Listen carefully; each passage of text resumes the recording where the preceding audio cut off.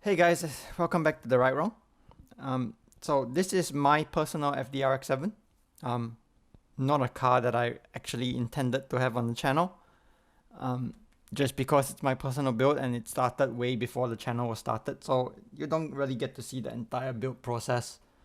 But if you're interested, we'll have a detailed video in the future. And this is my dear friend and mechanic Nathan. So Nathan's actually working on the RX7, and because we started this channel, I did ask him to help capture a bit of footage, just because you never know when the footage might come in handy. But he actually did a really amazing job, just breaking down all the information and sort of detailed technical information of the parts that I'm putting on the car. He's done a couple, which I found really interesting, and I hope you guys will too. So here we are. Hey guys, I'm Nathan. I'm the mechanic that's working on Ben's RX7. I've been a mechanic for 16 years. I've worked in various specialty shops throughout Victoria. I've done more time attack, tarmac rally, and worked with the custom dyno tuner for 10-12 years. I've known Ben for probably 5 or 6 years. He was a customer and we became friends, and I've continued to help Ben develop his car and achieve his goals with the car. Ben has a very clear vision of what he wants for the car, and I do the best I can to help him achieve it. We've got a package in today. We've finally got his new clutch that's turned up. After a lot of debate, we decided to go with an ORC or an Ogura Racing Clutch. It depends which way we want to look at it. The spec clutch that we wanted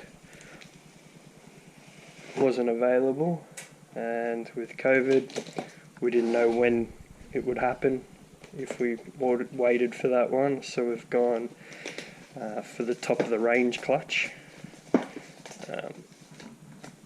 which is a 659 racing concept, and you'll find out what's so special about the racing concept clutch in a minute. We've got our grease. We have our bolts that we need to Loctite on. The RX7, or the rotary engine, if you're a little bit unfamiliar with it, it's a bit unique, and I'll go through that for you in a minute. Right.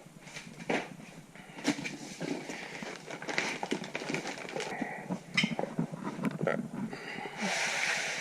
This is the ORC 659 Racing Concept Clutch. These are rated for 660 Newton meters, or 659, which should handle all the torque that this thing will be able to make with the turbo setup and the state of the porting on the engine. What makes the racing concept unique compared to the regular ORC clutch is, you can see on the billet clutch cover, it has every bit of weight that's not needed for strength machined out of it, and as you can tell, the flywheel has had a lot of weight taken out of it. Anything that isn't required is gone on this clutch to make it as light as humanly possible. They zero balance these from the factory, so when you disassemble it to fit it to the car, you need to mark it and make sure it goes back together the way that you pulled it apart. Now what's unique with a 13B compared to most conventional engines is the flywheel on the stock setup is held on by a single 54mm nut onto the end of the eccentric shaft. I'll grab the stock clutch here.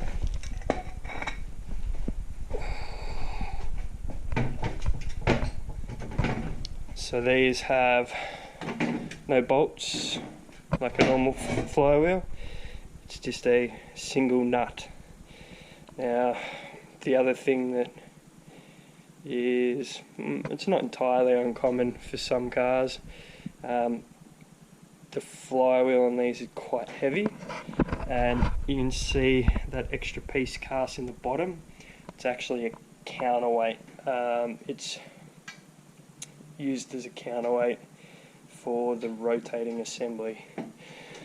So when you pull a stock flywheel off and go to an aftermarket aluminium race flywheel, whatever, such as what we're doing, you have to fit up counterweight. So it's a genuine Mazda part.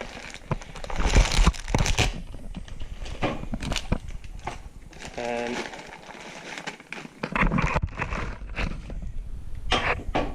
these are fitted to the Auto 13Bs, because obviously a flex plate will not flex if you have to build it heavy duty enough to hold that counterweight and ring gear assembly and everything all together as a single unit. So they have a separate counterweight, which is what we need to install to run this clutch. Now, the one that we're a little bit curious about is how much lighter this setup is.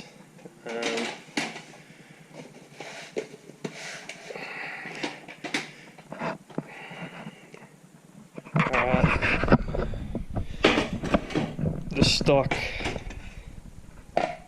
clutch and flywheel assembly comes in at 15.9, 16 kilos, which is 33 pounds, something like that in Americans.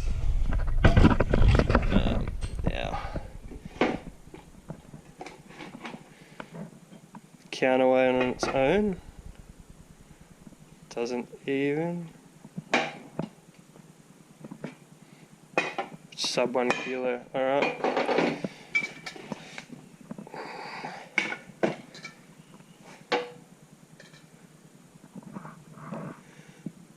$11.9 kilos, so we're saving 3 kilos off the clutch assembly. Obviously, the fact that you need to run the counterweight, that takes away some of the weight reduction, but it's needed for the engine to run correctly and to maintain balance. Yeah, it's still a lot of weight to shave off. You know, we've gone from a single organic friction plate to 2 metallic plates. Being a racing concept clutch, this is a completely unsprung center. I might show you when I pull it apart to start assembly on the car. But yeah, it's made for maximum performance. Alright, so I got the clutch apart so I can assemble it in the vehicle. While it's apart, I thought I'd show you what it's all made of and, you know, what goes into a multi-plate clutch. As you can see, that flywheel has had every last bit of unneeded weight removed from it to make it super light. The other thing I didn't mention before is with part of the point of a multi-plate clutch is you run smaller clutch discs. Like you can see, this is quite a small clutch disc, whereas the factory one is a good couple of inches bigger, and that all comes down to inertia. You know, the closer you keep all the mass to the center of rotation, the lower the moment of inertia, so the less effect it has on you know, the ability for the engine to speed up and slow down. you would have noticed on the factory flywheel there's a little bit of a mass as a counterweight on the outer edge, and when you saw the one that I've fitted to the vehicle already from the auto, it has a larger weight, but it's in this inner area. That's because it needs that little bit more weight to have the same effect on the engine balance as that lower weight further out. So the same concept applies with the clutch. You know, it's easier to get clamping force using multiple small discs to reach the same surface area, and you know, with tricky diaphragm designs, still be able to apply the same amount of pressure to those clutches to provide enough clamping force.